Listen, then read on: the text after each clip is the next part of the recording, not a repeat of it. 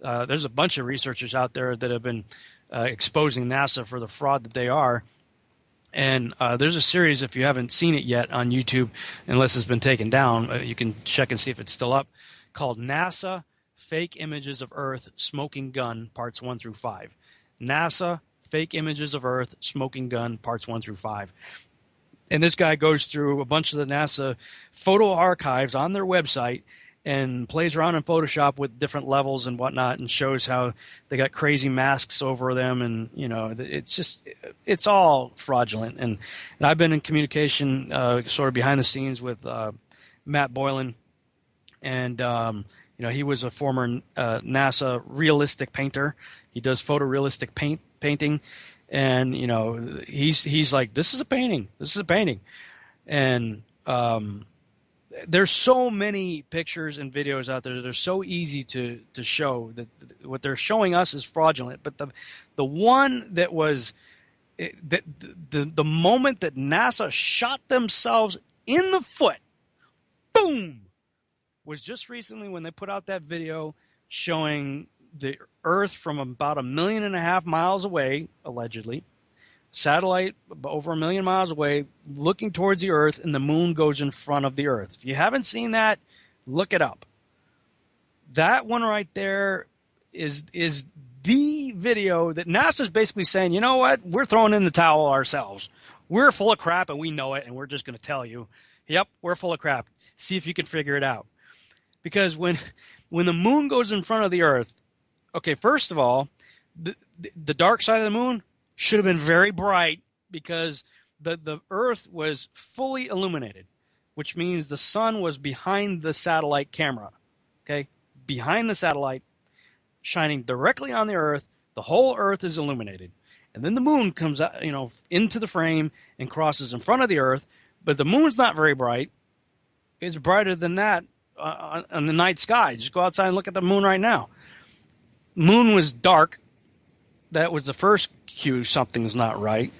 Secondly, as the moon is between the sun and the Earth and the camera, and it goes across the Earth, no shadow. There's no shadow. There should be a shadow on the Earth. Because if you got a moon going like this right in front of the sun, well, that's called a solar eclipse. And a solar eclipse is basically when there's a shadow on the Earth because the moon is obscuring the sun. There's no shadow anywhere here as the moon is going by. No shadow. It says right here, these images were taken between 3:50 p.m. and 8:45 p.m. EDT on July 16th, showing the moon moving over the Pacific Ocean near North America. The North Pole is in the upper left corner of the image, reflecting the orbital tilt of the Earth from the vantage point of the spacecraft. Okay, so this is telling you from 3:50 to 8:45 p.m., basically for 5 hours. That's what this animation, this is a time lapse. It's still frames put together to create an animated GIF showing essentially 5 hours worth of the Earth's alleged rotation. In 5 hours, folks, do you see any clouds changing, morphing, dissipating? I talked about this before in my website, testingtheglobe.com. I think it was in where was it? I think it was in the opening statements. And testingtheglobe.com, in the opening statements, I showed you a bunch of stuff dealing with the Earth, and I showed you this video of the Earth taken on December 11th, 1990 by the Galileo space probe. And once again, no clouds moving. This is a 25-hour time lapse. This is showing the Earth moving in 25 hours. Now, some people have said there is some movement in the clouds, and this apparent low-res video is not really showing it. But even if there is slight movement in 25 hours, really, come on. I could take my camera and go set it up outside right now for 1 hour, and you're going to see all kinds of clouds doing crazy stuff. Clouds showing up, clouds moving, clouds dissipating and disappearing. Okay, now when you go back to this one, this is a pretty good picture, pretty high res. No clouds are changing in 5 hours. Now you got, look at this spiral thunderstorm right here, just west of Mexico. Okay, that should be moving. It's not. It's not spinning. That should be spinning 5 hours. It's not. This formation here, this isn't, nothing's changing. Now, some people are trying to show me that they are changing, but what they're mistaking is the angle at which you're looking at it. Well, see, the cloud looks different here. Well, that's because it's just rotated past you. It's not moving, though. None of these clouds are moving. Really? Okay, here's time lapse of like an hour or two.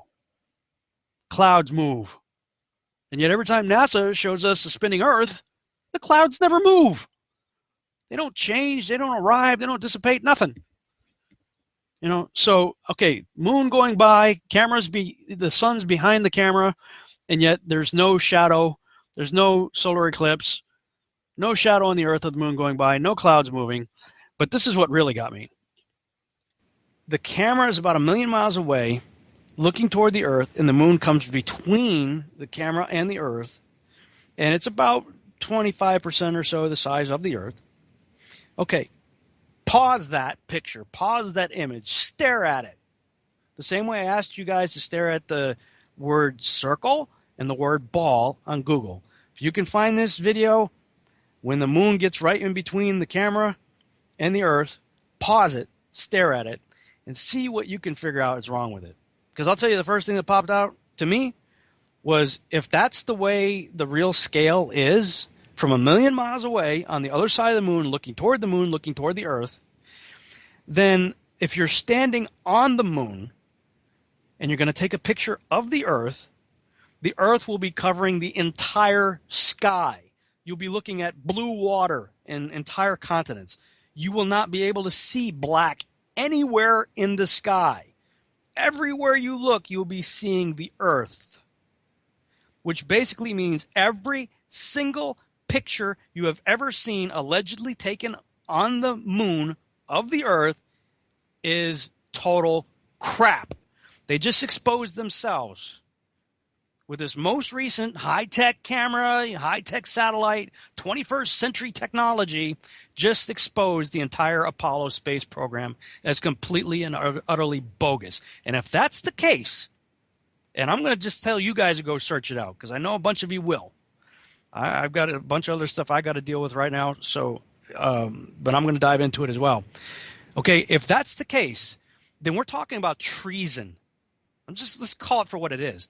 That means they have defrauded the American public of billions of dollars. Billions. Billion, trillions, million, billion, million, billion, billion, billion, million, millions,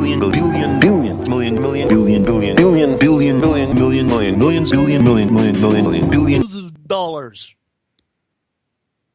They have stolen from the American public. That's money that could have been used to feed the hungry, house the homeless, clothe people, right? We should be able to end starvation, at least in our country. You want to talk about free health care for everybody? Well, there you go. They wasted billions of dollars on a fraud, and NASA proved it to you. They proved it to you with this latest picture. So, I'm getting to the point where I'm like, yep, you know what? Here's the video that NASA made me a flat earther, because they're telling you point blank that they're full of crap. And you got other people out there doing an apologetic on this thing, right?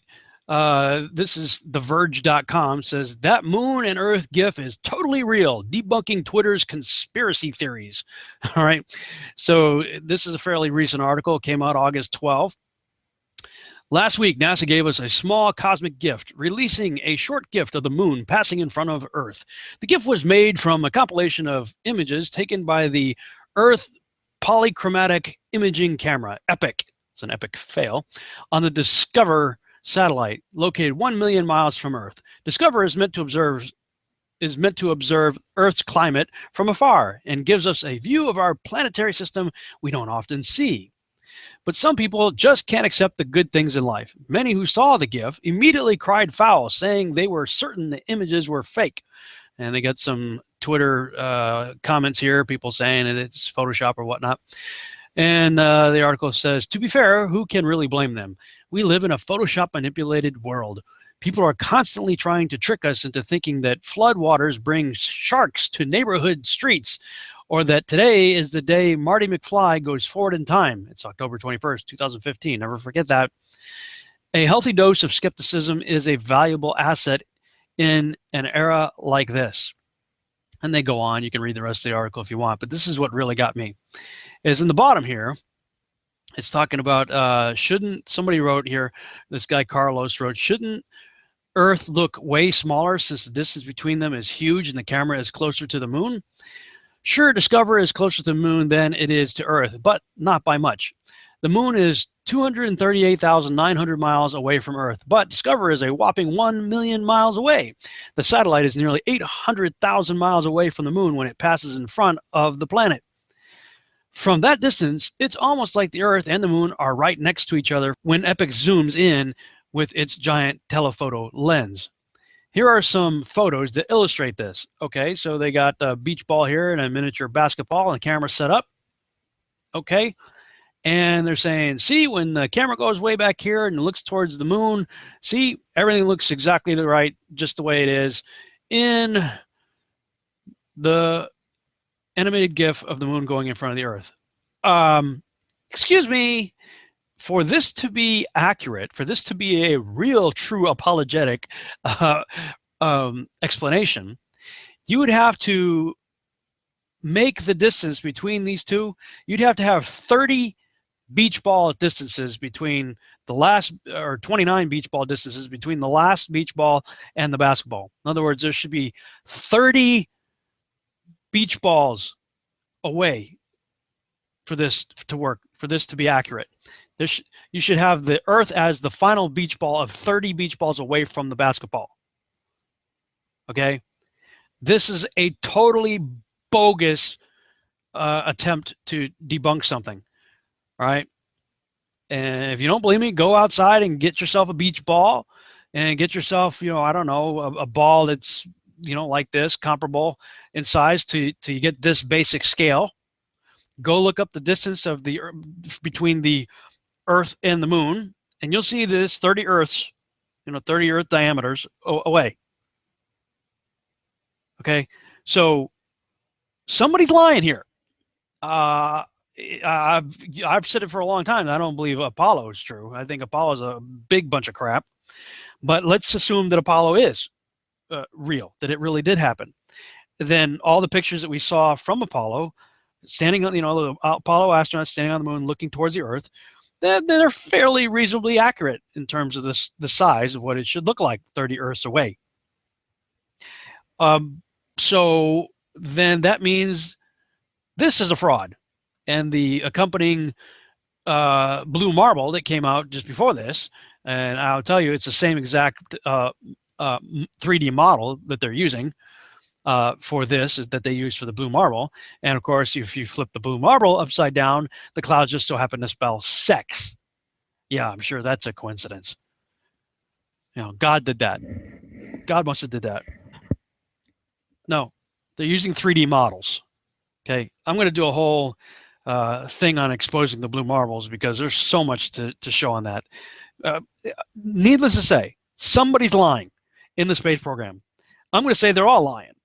That are they, meaning the ones that are putting out these images. I don't think every single NASA employee is in on it, but whoever's feeding the stuff to the public, they're full of crap. Okay, and they're telling you with these images that that it's fraudulent. If this is the most high-tech imagery that we have right now, 21st century technology, then, and if this imagery is true, then everything that we saw from Apollo is fraudulent. And every single moon landing is fraudulent. And the billions and billions and billions of dollars that went into that, we need to demand back. Let's start paying off the national debt. Okay? Right? You need to pay us back. Anyway, I could go on and on about NASA. Anybody who's still out there who believes NASA and uses NASA as your proof for the globe, you need to get your head examined. I'm sorry. I don't know. Anyway.